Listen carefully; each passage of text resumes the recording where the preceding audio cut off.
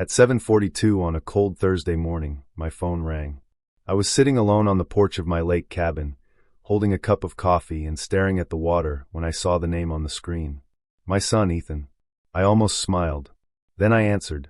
Dad, we've made a decision. We're putting the cabin on the market.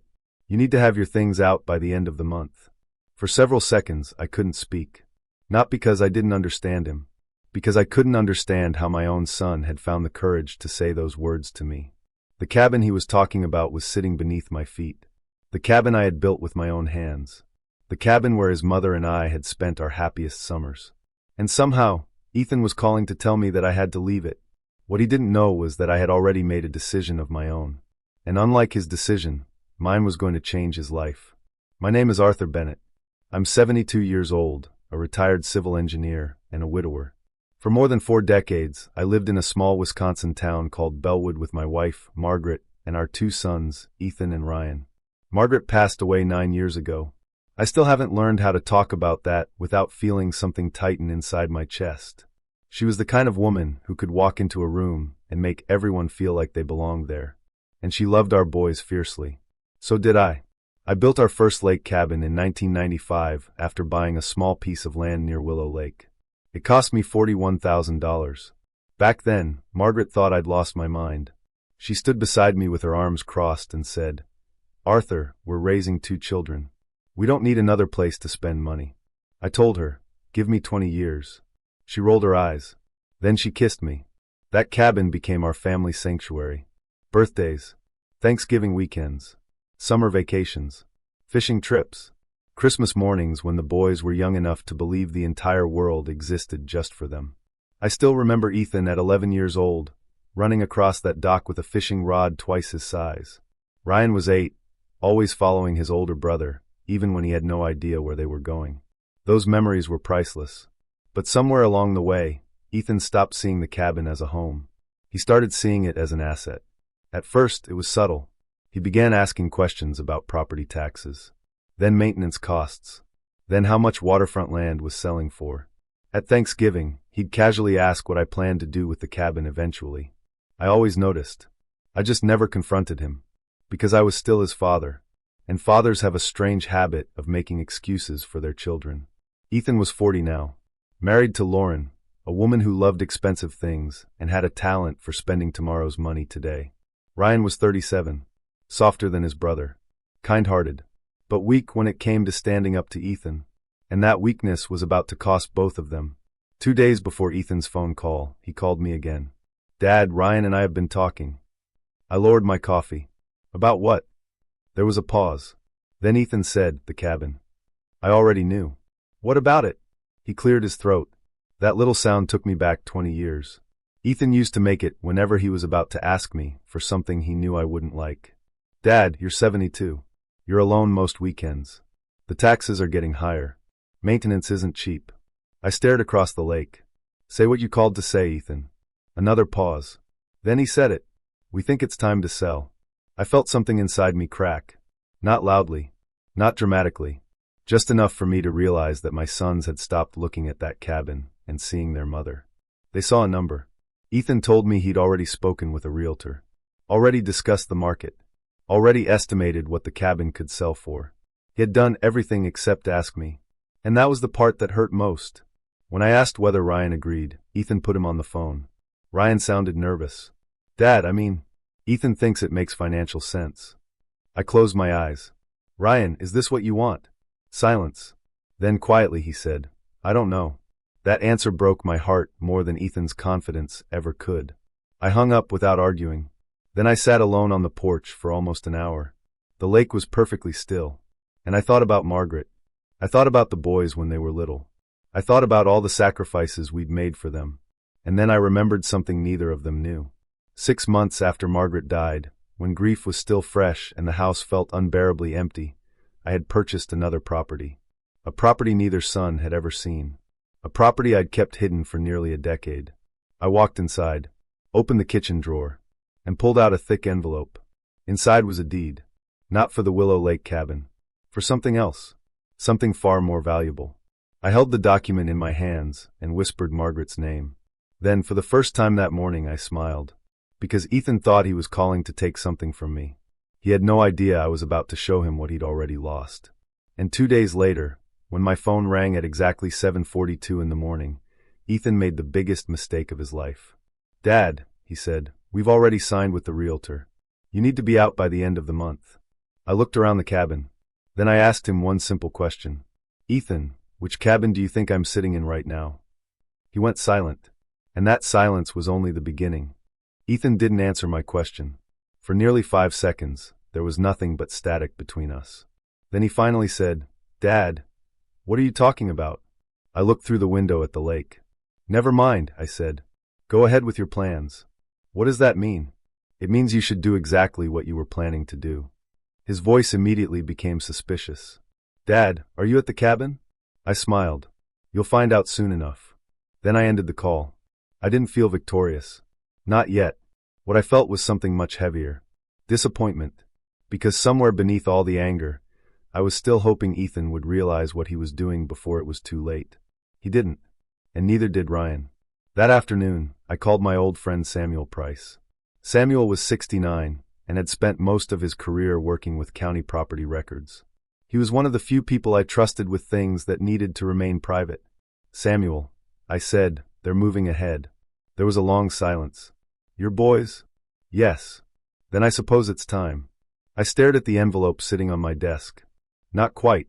Samuel understood immediately. "You want them to go through with it?" "I want them to believe they can." That was the difference. I wasn't going to lie to anyone. I wasn't going to forge anything. I wasn't going to threaten my sons. I was simply going to let their own choices reveal exactly who they had become. And there was something else they didn't know. The property in that envelope wasn't just another little cabin. In the spring of 2017, less than a year after Margaret's death, I had driven nearly 50 miles north of Bellwood. I wasn't looking for property. I was looking for somewhere quiet enough to hear myself think. Then I found a place overlooking a secluded lake called Silver Pine Lake. The property had an old lodge on it, 3 bedrooms, a stone fireplace, a wide porch facing west, and a view that made the rest of the world feel very far away. The asking price was $287,000. I bought it, not because I wanted another vacation house, because after Margaret died, I needed somewhere that didn't carry the memories of hospitals, medicine bottles, empty chairs, and the sound of her bedroom becoming silent. I put the property into a family trust named after her. The Margaret Bennett Legacy Trust. I remained the lifetime beneficiary, and I deliberately kept Ethan and Ryan out of it. They knew nothing. For years, I watched them come to Willow Lake and casually discuss what might happen one day. One day. That phrase started bothering me. Because when your children begin talking about your possessions before they talk about your life, you start wondering whether they are waiting for you to disappear. I never confronted them. Instead, I prepared. Samuel was the only person outside my attorney who knew the truth. "Arthur," he said over the phone, "if Ethan has already contacted a realtor, there's a good chance he'll try to move quickly." "I know. You're certain you want to let him?" I looked at Margaret's photograph on the bookshelf. "No," I said. "I'm certain I want him to understand something." "What?" "That being my son doesn't give him ownership of my life." That evening, Ethan called again. This time, his voice was cheerful. Almost too cheerful. "Dad, good news. The realtor thinks we can get around $420,000. I almost laughed. That's quite a number. It's a great market right now. We could have the whole thing done within a month. Could we? Yes. He sounded so confident, like the decision had already been made. Then he said something that told me exactly where his mind was. "Once the money comes through, we'll divide everything properly." I slowly lowered the phone. Everything. He wasn't talking about the cabin anymore. He was talking about my future. He was counting what he believed would someday belong to him. And that was when I realized Ethan didn't know me nearly as well as he thought he did. "Ethan," I said calmly, "go ahead." He went quiet. "You're serious?" "Completely." "Dad, I knew you'd come around." I closed my eyes. Those words hurt. Because he didn't understand. I wasn't coming around. I was stepping aside. I wanted him to walk forward without anyone holding his hand. I wanted him to reach the end of the road and see exactly where his choices had taken him. And he had no idea that the road he was walking toward ended at a closing table. A table where he would discover that the cabin wasn't his to sell, and that the property he thought would someday make him rich had already been taken out of his reach. Permanently. But I wasn't finished. Because there was one final detail Ethan didn't know. And when he discovered it, the number he thought he was about to inherit would suddenly look very, very small. The listing went live on a Monday morning. By Tuesday afternoon, Ethan called me. "Dad, we have interest already." I was sitting at my kitchen table when he said it. I looked at the old photograph of Margaret hanging on the wall. She was smiling in that picture. The same smile she had when our boys were little. I wondered what she would have said if she could hear our son talking about the cabin, like it was nothing more than a line on a spreadsheet. "That's good," I replied. Ethan laughed softly. "I told you. We made the right call." I didn't correct him, because I wanted to hear how far his confidence would take him. A few days later, Samuel called. "Arthur, it's officially listed." "I know. Under Ethan's name." I already knew that too. But then Samuel said something that made me sit up straight. "They've listed him and Ryan as the owners." I stared at the table. For a moment, I felt something cold move through me. Not fear. Not surprise. Something closer to grief. Because they weren't simply trying to sell the cabin. They had already convinced themselves that they owned it. I asked Samuel to send me everything. The listing. The paperwork. The agent's information. The asking price. All of it. When I opened the listing, there it was. $418,000. The photographs showed the dock. The fireplace. The kitchen Margaret had chosen herself. Even the old wooden bench outside. Ethan had apparently decided strangers needed to see every corner of the place he had never built. And then I saw the description. Family-owned waterfront retreat. I read that sentence twice. Family-owned. Technically, that part wasn't entirely wrong. But there was a detail Ethan had forgotten. A very important one. Years earlier, when I was planning my estate, I had added both boys to the Willow Lake deed alongside me. I thought I was doing something generous. I thought it would make things easier when I was gone. I thought my sons would understand that ownership came with responsibility. What I hadn't anticipated was that one of them would eventually treat that gift like permission to take control while I was still alive. Under the arrangement, Ethan and Ryan couldn't simply decide to transfer the entire property without me. My signature was still required. They needed me. They just didn't know it yet. I called my attorney, Daniel Mercer. Daniel was 51, precise, calm, and almost annoyingly patient. When I explained what Ethan had done, he didn't sound shocked. He simply asked, "Has the property received an offer?" "Not yet." "Then don't interfere." I leaned back. "That's exactly what I was thinking." Daniel paused. "Arthur, there's something you should understand. If you allow them to continue, the situation could become more complicated." "I know. You could stop it right now." "I know. Then why aren't you?" I looked toward the photograph of Margaret. "Because stopping them now would teach them nothing." Daniel didn't answer. I continued. "My son needs to understand that his decisions have consequences. Not because I want to punish him. Because he's forgotten that other people are affected by what he does." There was silence on the line. Then Daniel said, "All right. I'll keep everything documented." 3 weeks passed. Then Ethan called me again. This time, he sounded almost breathless. "Dad, we got an offer." I didn't respond immediately. "How much?" $396,000. I closed my eyes. There it was. The number he had been waiting for. He started explaining how strong the buyer was. A couple from Illinois. They wanted a weekend property. They had already arranged an inspection. They were prepared to move quickly. I listened. Then Ethan said, "We just need your signature." I opened my eyes. "My signature?" "Yeah, for the closing documents." I almost smiled. "So you finally remembered my name was on the deed." "Dad, don't start." "I haven't started anything." His voice became irritated. "Look, we have buyers. This is happening. We can't suddenly make everything difficult." I looked down at my hands. Those hands had built that cabin. Those hands had carried lumber across frozen ground.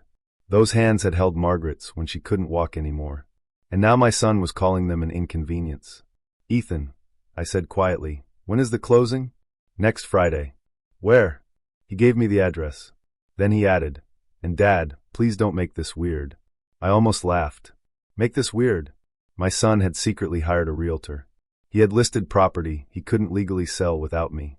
He had promised buyers a house that wasn't entirely his. And somehow, I was the one who needed to behave normally. "All right," I said. "You'll sign?" "I'll be there." His voice immediately softened. "Thanks, Dad. I knew you'd come through." The call ended. I sat completely still. Then I opened the drawer beneath my desk.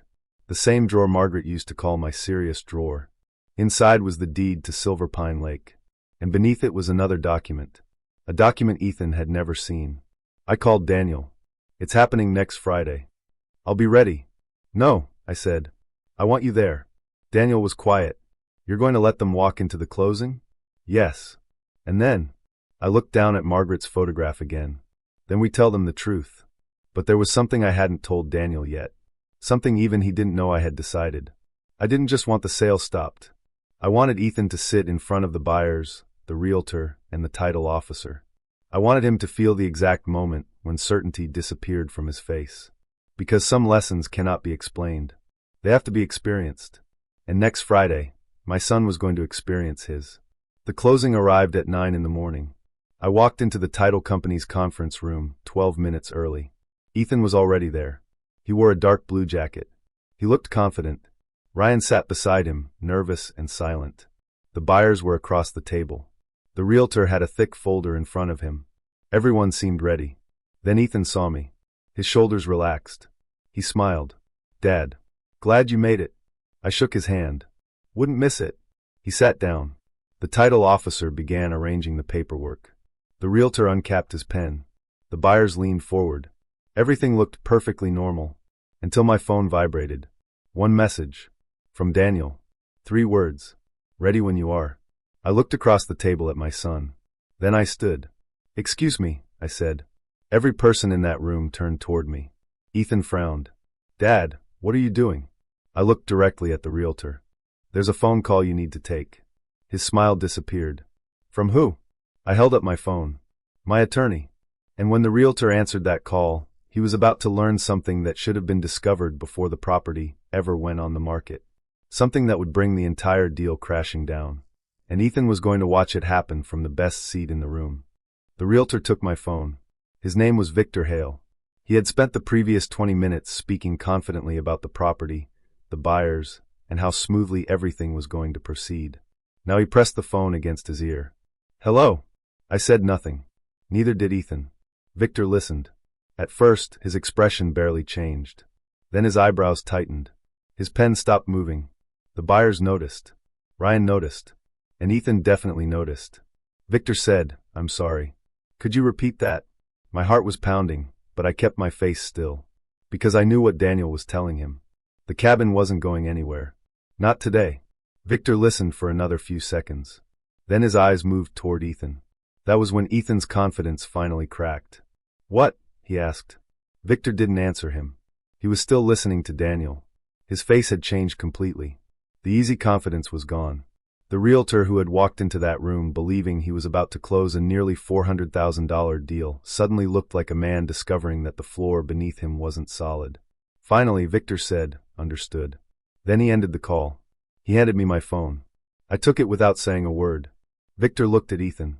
Then at Ryan. Then at the buyers. His throat moved. Mr. Bennett, he said carefully, there's an issue with the closing. Ethan immediately leaned forward. What issue? Victor looked uncomfortable. The property cannot be transferred today. The room went silent. Ethan stared at him. What do you mean? Victor glanced at me. I didn't help him. Ethan looked back at Victor. We already have the contract. Yes. The inspection is done. Yes. The buyers are here. Yes. So what exactly is the problem? Victor took a slow breath. Your father. Ethan froze. I watched the realization begin. Slowly. Piece by piece. He looked at me. Then at the documents. Then back at Victor. Dad. I lifted my coffee. What? Ethan's voice became sharper. What did you tell him? Nothing. Then why is he saying the sale can't happen? I took a sip. Maybe you should ask him. Victor looked like he wanted to disappear. Instead, he opened the folder in front of him and pulled out the deed. Mr. Bennett is a recorded co-owner of the property. Ethan's jaw tightened. I know. Then you understand that we need his documented consent before title can be transferred. Ethan looked at me. I told you he'd sign. Victor's eyes narrowed. Did he sign? No. Then we can't close. The buyer, Michael, finally spoke. Wait. Are you telling me this property was listed for sale without every owner's approval? Victor hesitated. That appears to be the situation. Michael pushed his chair back. His wife, Sarah, looked stunned. "We've already paid for an inspection," she said. "I understand," Victor replied. "And an appraisal." "I understand. We've been planning to move our kids here on weekends." Victor lowered his eyes. I almost felt sorry for them. They had nothing to do with Ethan's decision. They had simply trusted the people who put the property on the market. Michael turned toward Ethan. "Did you know your father had to approve this?" Ethan didn't answer. That was answer enough. Ryan suddenly spoke. "Dad, this wasn't supposed to happen." I turned toward him. "What wasn't?" "This." He gestured around the room. "The whole thing." I stared at my youngest son. "You knew about the listing?" Ryan swallowed. "Yes." "You knew the realtor had been contacted?" "Yes." "You knew the property was being offered for sale?" He looked down. "Yes." "And you still came here?" His eyes became wet. "I thought you would agree." That sentence hurt. Because Ryan wasn't lying. He really believed I would simply surrender. He had spent his entire life believing Ethan's confidence was the same thing as certainty. I looked toward Ethan. He was still sitting there, 40 years old, wearing his expensive jacket. His face had gone pale. "You told them I would sign," I said. Ethan's eyes flashed. "Because you're my father." There it was. The sentence I had been waiting for. Not because it was cruel. Because it revealed everything. Being my son, in Ethan's mind, meant he could assume my cooperation. It meant my property was eventually his. It meant my signature was merely a formality. I leaned back. "That's what you thought." Ethan stared at me. What was I supposed to think? I slowly placed my coffee on the table. "You could have asked me." "We did." "No. You told me what you had already decided. We were trying to help you. You hired a realtor before asking me." Ethan's face hardened. "Because somebody had to be practical." The words hit me harder than I expected. Practical. That was what he called selling the place where his mother spent her final good summer. That was what he called removing me from a home filled with memories. Practical. I looked at him and remembered a little boy covered in sawdust, standing beside me while we built the porch. He had been 11. He couldn't even lift the heavier boards. But he kept trying. "Dad," he'd said back then, "when I'm older, I'll build one myself." I almost smiled at the memory. Now that same boy was sitting across from me, trying to sell the thing we built together. Time can change people. Or maybe it simply reveals them. The door opened. Daniel walked into the room. Dark suit. Leather briefcase. Calm expression. He didn't rush. He walked straight to me and shook my hand. Then he placed 2 documents on the table. Ethan stared at him. "Who is this?" I answered. "My attorney." Ethan's face tightened. Daniel opened the first document. "This is the current deed for the Willow Lake property." He pointed to the names. Arthur Bennett, Ethan Bennett, Ryan Bennett. Then he looked at Victor. "All 3 parties have ownership interests." Victor nodded. Daniel continued. "Therefore, the attempted transfer cannot proceed without the consent and signature of every required owner." Ethan's voice was barely above a whisper. "So the sale is dead?" Daniel looked directly at him. "Today? Yes."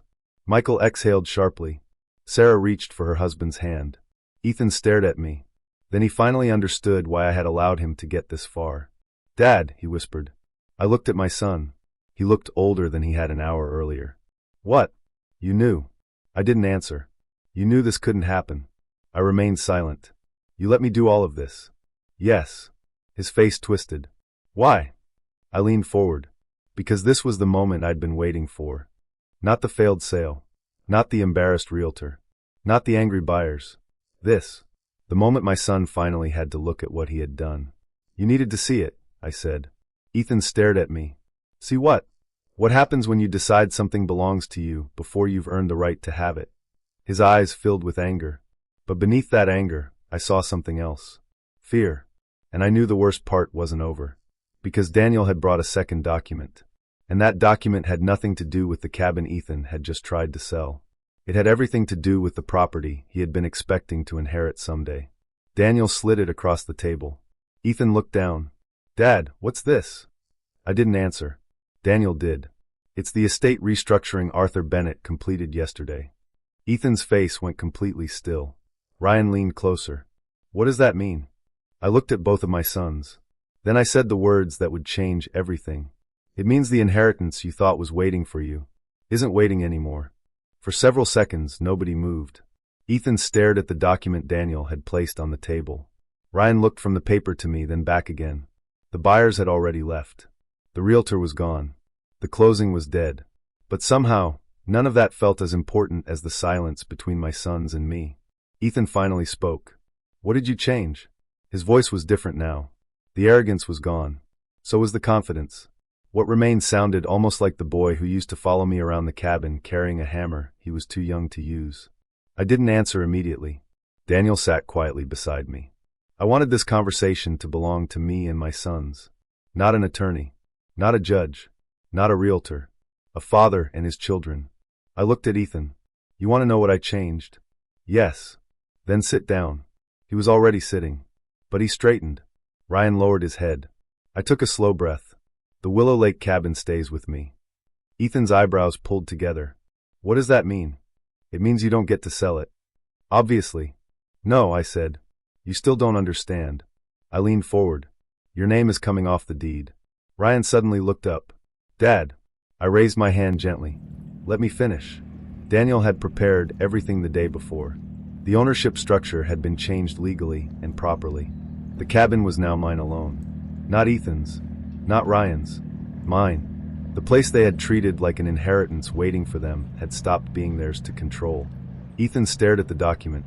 "You actually did this yesterday?" "Yes." "Before the closing?" "Yes." His mouth opened, then closed. I could almost see him replaying every conversation we'd had. Every time he'd talked about selling. Every time he'd mentioned the money. Every time he'd assumed I would eventually agree. Then his eyes lifted. "Why would you do that?" I almost laughed. "Why do you think?" He looked away. I continued. "You called a realtor without asking me." Silence. "You put my property on the market." Silence. "You told strangers they could buy it." Ethan's jaw tightened. "You gave me a deadline to leave a cabin I built." He looked at me, and that was when I saw the first crack in his anger. Because he knew that part was true. "You didn't ask your father," I said. "You announced your decision to him." Ryan wiped his eyes. "Dad, I'm sorry." I looked at him. "I believe you." Ryan's face crumpled slightly. Then I added, "But being sorry doesn't erase what happened." He nodded. "I know. That was the difference between my two sons." Ryan had made a terrible choice. Ethan had convinced himself the choice was justified. I turned back toward Ethan. "And now we need to talk about the buyers." His eyes narrowed. "What about them?" "They may pursue damages." His face changed immediately. "What?" Daniel answered calmly. "They have expenses associated with the failed transaction. Inspection, appraisal, travel, legal consultation, and potentially other costs." Ethan looked at me. "You're going to let them sue me?" I stared at him. "I'm not letting anyone do anything to you. But you could have stopped this." "Yes." "You could have told me the cabin couldn't be sold." "Yes." His voice became louder. "Then why didn't you?" I waited until he stopped. Then I answered. "Because you wouldn't have learned anything." He stared at me. "You think this is some lesson?" "No." I shook my head. "This is your life." That quieted him. I leaned back. "Ethan, you're 40 years old. You are not a child. You made a decision. You hired the realtor. You made promises to buyers. You signed documents. You told your wife you were getting nearly $400,000. His eyes dropped. There it was. Lauren. I knew exactly what he had already done. He had probably told her what they would do with the money. Maybe a new car. Maybe renovations. Maybe paying off debts. Maybe things I would never know about. "You counted the money before it existed," I said. Ethan's throat tightened. "Dad." "No. Listen." He looked up. "You didn't just sell a cabin. You spent money that wasn't yours." His face went pale. Ryan whispered, "Ethan." Ethan ignored him. "What happens now?" I looked at Daniel. Based on the current situation, the buyers could seek approximately $22,000 to $27,000 in documented losses and related expenses. They may also pursue other remedies depending on their attorney's advice. Ethan closed his eyes. For the first time since this began, I saw genuine fear. Not fear of losing an inheritance. Fear of consequences. And strangely, I felt sad, because I remembered him at 9 years old. He had fallen off the dock one summer and come running to me crying. I had wrapped him in a towel and held him against my chest until he stopped shaking. Back then, he trusted me to protect him from everything. Now he was looking at me as though I were the person hurting him. Maybe that was the hardest part. I wasn't his enemy. I was simply refusing to rescue him from himself. Ryan finally spoke. Dad, what about the other property? I went completely still. Ethan looked at him. What other property? Ryan's face changed. He realized immediately that he'd said too much. Ethan turned toward me. Dad. I didn't answer. Ryan said other property. I looked at my youngest son. He swallowed. I thought maybe. Maybe what? I heard you and Daniel talking once. Ethan's eyes sharpened. You knew? Ryan shook his head quickly. No. I didn't know what it was. Ethan turned back to me. Dad, what property? I sat quietly. For almost 10 years, I had protected that secret. The lodge. The trust. The property Margaret had never gotten to see. The inheritance I had once planned to leave equally to both boys. But now Ethan knew there was something else. And I knew the moment had finally arrived. I reached inside my jacket, pulled out another document, placed it on the table. Ethan stared at it. Ryan leaned closer. I slowly unfolded the paper. It's called the Margaret Bennett Legacy Trust. Ethan frowned. What is that? I looked directly into his eyes. The reason you should have asked me before you decided to sell the cabin. He said nothing. So I continued. Because if you had waited, if you had trusted me, if you had simply remained my son instead of trying to become the owner of everything before I was gone. My voice almost broke. I stopped, took a breath, then finished. You would have inherited something far more valuable than the cabin. Ethan's face went blank. How valuable? I looked at him. That's the part you're not ready to hear. And when I finally told them what the property was worth, I knew Ethan would understand exactly how much his impatience had just cost him. Ethan stared at the trust document. For once, he had nothing to say. Ryan was still looking at me with tears in his eyes, as if he already understood that whatever came next was going to hurt. Ethan finally whispered, How much? I knew exactly what he was asking. Not what the property meant. Not why I bought it. Not why I'd kept it hidden. He wanted the number. I looked at him for a long moment. Do you remember what you were expecting from Willow Lake? He swallowed. About 400,000. 400,000, I repeated. Yes. And you were already dividing it. He didn't answer. He didn't need to. I could see it on his face. Then I opened the second document. The property you didn't know about is on Silver Pine Lake. Ryan frowned. Ethan's eyes narrowed. Silver Pine? I nodded. About 50 miles north of Bellwood. Neither of them spoke. I continued. There is a lodge there. 3 bedrooms. Stone fireplace. Large western porch. Private shoreline. Ryan looked at me. You own a lake house? I do. For how long? Almost 10 years. Ethan stared at me, as if I had just admitted to having another family. You've had another property this entire time? Yes. And you never told us? No.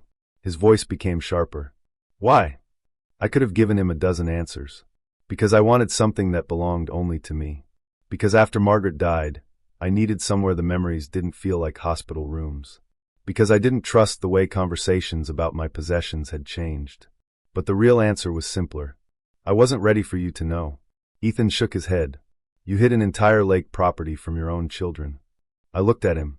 You tried to sell my other property without asking me. That stopped him. Ryan lowered his eyes. I continued. Your mother and I spent our whole lives saving. We bought used cars. We repaired things instead of replacing them. We waited until we could afford something before buying it. I touched the trust document.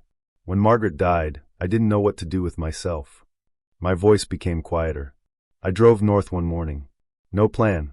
I just drove. I remembered that day clearly. The empty passenger seat. Margaret's old scarf still hanging behind it. The silence inside my truck. I had driven until I found Silver Pine Lake. The property was sitting above the water. Quiet. Almost forgotten. I bought it because I needed somewhere to breathe. And then I created the trust. I named it after Margaret. That part had always mattered to me. Your mother never saw the lodge, I said. Ryan wiped his cheek. But she was the reason I bought it. Ethan looked down at the document. What is it worth? I didn't answer immediately. I wanted him to understand that the value wasn't the point. But I knew he couldn't hear that yet. So I finally said it. About $1.3 million. Ryan's head snapped up. Ethan stopped breathing for a second. The room became completely silent. 1.3 million. Suddenly, the $400,000 from Willow Lake looked very different. Ethan slowly sat back. That property is worth that much? Yes. And you were going to leave it to us? I looked at him. Both of you. Ryan covered his mouth.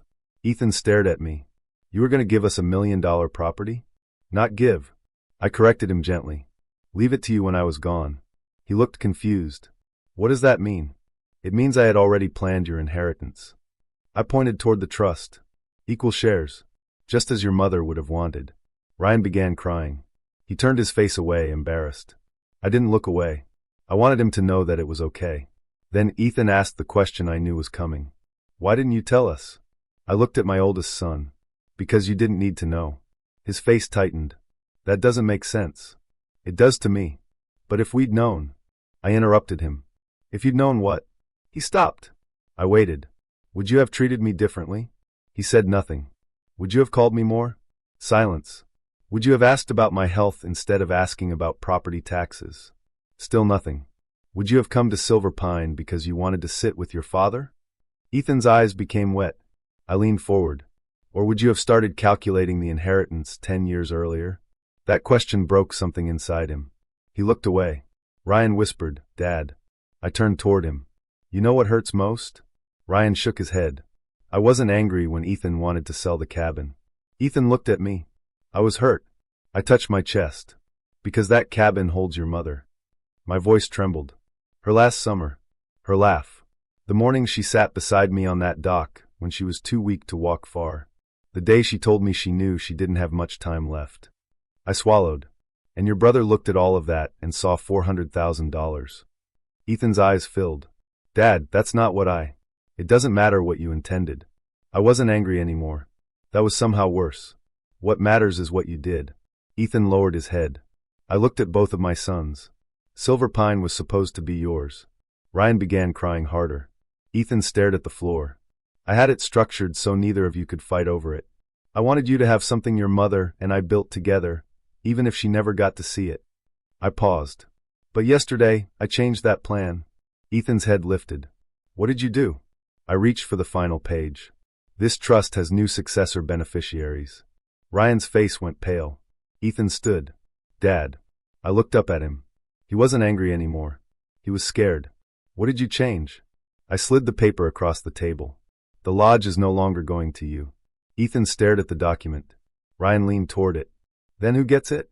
I watched my sons read the new beneficiary designation. Neither spoke. Finally, Ethan whispered the words. A conservation foundation? I nodded. His face twisted. You're giving it away? No. I looked directly into his eyes. I'm protecting it. And then I told him exactly why. I had found a nonprofit organization that preserved waterfront properties and kept them protected from development. The lodge would remain. The lake would remain. The land would remain. But Ethan and Ryan would never own it. Not after I was gone. The silence that followed felt endless. Then Ethan walked toward the window. He stood there with his back to me. His shoulders began to shake. I thought he was angry. Then he turned around. His eyes were full of tears. I didn't think it would go this far, he whispered. That sentence hit me harder than anything else he'd said. Because suddenly, I wasn't looking at the man who had tried to sell my cabin. I was looking at my son. The little boy who used to bring me nails while I built the porch. I thought we were helping, Ethan said. I nodded slowly. Maybe you believe that. Dad, I swear. I believe you. He stared at me. But helping someone doesn't begin with taking control away from them. Ethan's face collapsed. Ryan was crying openly now. And for the first time, neither son was asking me what they were going to inherit. They were asking whether there was anything left to save. Then Ethan asked the question that changed the entire conversation. Dad, is there any way to fix this? I looked at him. And before I could answer, I remembered one final number. The number attached to the property he had just lost. A number far larger than either of them imagined. I took a breath. Ethan, you still don't understand what you threw away. He looked at me. Then tell me. I met his eyes. Silver Pine was recently appraised. His face went still. I said the number.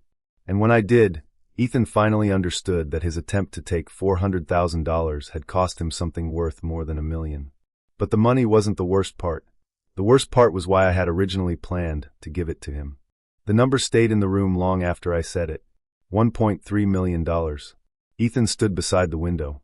Ryan remained seated, staring at the trust document as though the words might somehow rearrange themselves. Neither of them spoke, but I could see the calculation happening behind Ethan's eyes. Not because he was greedy. Not anymore. Because he was finally trying to understand the size of what had happened. I had once planned to leave that property to both of them. Equally. No arguments. No confusion. No favoritism. Just the two sons Margaret and I had spent our lives raising. And now it was gone. Not because I wanted to hurt them. Because they had shown me what they would do when they thought something was already theirs. Ethan finally turned from the window. So that's it. His voice was quiet. I looked at him. What do you mean? There's nothing left for us? That question hurt. I stood slowly. You're asking about an inheritance again. Ethan looked ashamed. I don't know what else to ask. That, I said, is exactly the problem. He looked away. Ryan whispered, Dad, he doesn't mean it like that. I turned toward him. Then tell me what he means. Ryan opened his mouth. Nothing came out.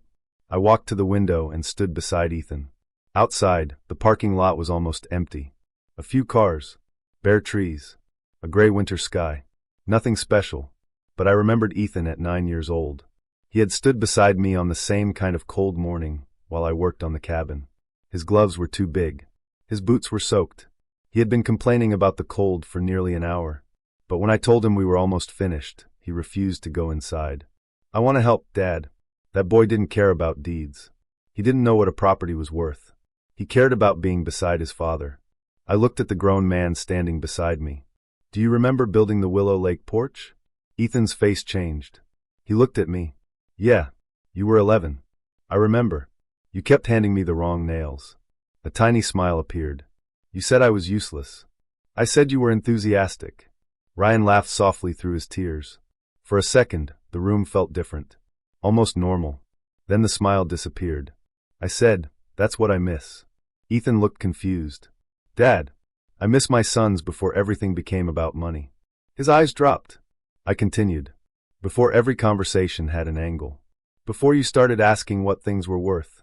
Before you started talking about what would happen when I died. Ethan's lips parted. I never wanted you to die. I know. Then why are you saying that? Because you started living as if I already had. The words landed hard. Ethan looked away. Ryan covered his face. I wasn't trying to destroy them. I was trying to make them understand what they had done to me. You both started talking about my property like I was already gone. I paused. And maybe that's what hurt the most. Ethan's eyes filled. Dad, I'm sorry. I looked at him. Sorry for what? He froze. I waited. Finally he said, for treating the cabin like it was mine. I nodded. Keep going. For hiring Victor without asking you. Another nod. For telling the buyers we'd sell. His voice cracked. And for assuming you'd just sign because you're my father. That was the first time Ethan had said it without making excuses. I could feel the anger inside me beginning to loosen. Not disappear. Just loosen. Then Ethan asked, what about Ryan? I turned toward my youngest son. Ryan immediately looked terrified. I walked over to him. Ryan, you didn't start this. He nodded. But you knew it was wrong. His eyes filled again. Yes. You could have told Ethan no. I know. You could have called me. I know. You could have walked away. He nodded. So don't hide behind your brother. Ryan's shoulders dropped. I won't. I sat across from both of them. Ethan made the first move. But you followed. Ryan wiped his eyes. I was scared of him. I know. He gets angry when I disagree with him. I know that too. Ryan looked at me. I should have stood up to him. Yes. He nodded. I should have protected you. That sentence nearly broke me. I leaned back. I'm your father, Ryan. You don't have to protect me from my own children. He stared at me. But you needed somebody to tell you what was happening. I smiled sadly. That part is true. The room became quiet again. Then Ethan walked back to the table. He picked up the trust document. His fingers trembled. You really changed this yesterday? Yes. And the Conservation Foundation gets Silver Pine? Yes. Forever? As long as the trust remains structured that way. Ethan looked at me. You could change it again. I shook my head. No. Why not? Because I'm finished building my estate around what you might do. He stared at me. That sentence seemed to hurt him. Good. Not because I wanted him to suffer. Because sometimes pain is the first honest thing a person feels after years of avoiding responsibility. Ethan sat down. For several seconds he said nothing. Then he asked, Was Silver Pine really supposed to be ours? I looked at him. Yes. His eyes closed. Ryan lowered his head. I continued. Your mother wanted you boys to have something beautiful. Ethan opened his eyes. She wanted you to have a place where your children could someday run around the same way you two did. His face crumpled. She wanted us to have that? Yes. He covered his mouth. I looked away. I didn't want him to see my own eyes filling. Because suddenly, I wasn't thinking about the failed sale anymore. I was thinking about Margaret. About the plans we made before she got sick. About the future we imagined for our sons. About how she once told me, Arthur, when we're gone, they'll remember the places where they felt loved. Silver Pine was supposed to be one of those places. Now it would belong to strangers who valued the land for what it was, not what it could be sold for. Ethan stood. Dad. I looked up. He walked toward me. Then he stopped. For a moment, I thought he was going to hug me. He didn't. Maybe he wasn't ready. Instead, he said, I didn't think I was becoming this person. I swallowed. Neither did I. He looked at me. I thought I was helping. I believe you. But I was also thinking about the money. I said nothing. And Lauren. That name changed his expression. She knew how much we could make. I nodded. She was already planning things. That's between you and her. I know. Ethan stared at the floor. I don't know what I'm going to tell her. You tell her the truth. He gave a bitter little laugh. She isn't going to like the truth. Truth rarely cares whether people like it. Ryan almost smiled. Then Ethan looked at me. Dad, what happens now? I knew what he meant. Not the cabin. Not Silver Pine. Us. I took a long breath. The cabin is mine. He nodded. The trust is changed. Another nod. And the consequences from the failed sale belong to the people who caused them. His jaw tightened. So I'm on my own. I looked directly at him. No. He seemed surprised. You're still my son. His eyes immediately became wet. That doesn't mean I'll protect you from the consequences. He nodded slowly. I understand. Good. I stood. Then I placed my hand on his shoulder. It was the same shoulder I had held when he was a frightened child. Only now my hand felt much smaller. Ethan, you haven't lost your father. He looked at me. But you've lost something else. What? The version of me who would keep fixing everything after you broke it. His eyes filled completely. And that was when Ethan finally cried. Not because he had lost $1 million inheritance. Not because the cabin couldn't be sold. He cried because he finally understood that the thing he had almost destroyed wasn't property. It was trust. And trust is much harder to put back together than a deed. But there was still one final consequence waiting for him. The buyers weren't going to simply walk away. And by Monday morning, Ethan was going to receive a call that would force him to face exactly what his decision had cost him. The call came Monday morning. Ethan answered it while I was still sitting at home, staring through the kitchen window at the bare trees outside. I didn't hear the conversation, but I knew who it was. The buyers. They wanted their expenses covered. And they had every right to ask. Ethan had entered an agreement he couldn't complete without my signature. Now he had to deal with the consequences. Later that afternoon, Ethan called me. Dad. His voice sounded exhausted. How much? $24,000. I closed my eyes. That bad? They want $24,000 to settle everything. I waited. Then Ethan said something I never expected. I'll pay it. I opened my eyes. You're sure? Yes. There was no anger in his voice. No argument. No attempt to blame me. No complaint about Ryan. No complaint about the realtor. Just acceptance. I should have asked you, he said. I didn't respond. I should have listened when you told me to stop. You didn't listen. I know. His voice cracked. I know, Dad. I sat back in my chair. For the first time since this began, I heard something different in my son. Humility. Not the kind people perform when they're trying to escape consequences. The real kind. The kind that comes after you finally realize nobody else is responsible for the mess you created. How's Lauren taking it? I asked. Silence. Not well. I almost smiled. I imagine she isn't. She thought the sale was done. I know. She already had plans for the money. I didn't ask what those plans were. Some things were no longer my business. After a moment, Ethan said, She asked me why you didn't just sign. I looked down at my hands. What did you tell her? The truth. That surprised me. What truth? That it was never mine to sell. I leaned back. For several seconds, neither of us spoke. Then Ethan said, Dad, I need to ask you something. What? Did you really intend to leave Silver Pine to us? There it was again. The question underneath every other question. I answered honestly. Yes. His breathing changed. Both of us? Equally? Even after everything? I looked toward Margaret's photograph. Before everything. That distinction mattered. I wasn't taking something away because I hated my sons. I was changing a decision because I had learned something about them that I hadn't known before. Ethan was quiet. Then he whispered, "I'm sorry." This time, I didn't ask him to explain. I simply said, "I know." He called again the following Sunday. No reason. No property questions. No money. No request. He just wanted to talk. We spoke for nearly an hour. About the weather. About the old cabin. About Ryan. About his mother. At one point, Ethan laughed. A real laugh. I hadn't heard that sound from him in a long time. When the call ended, I sat there holding the phone. It wasn't forgiveness. Not yet. But it was something. A beginning. Ryan called me later that evening. His call was different. He didn't mention the trust. Didn't ask about Silver Pine. Didn't ask whether I had changed my mind. He simply said, "Dad, are you okay?"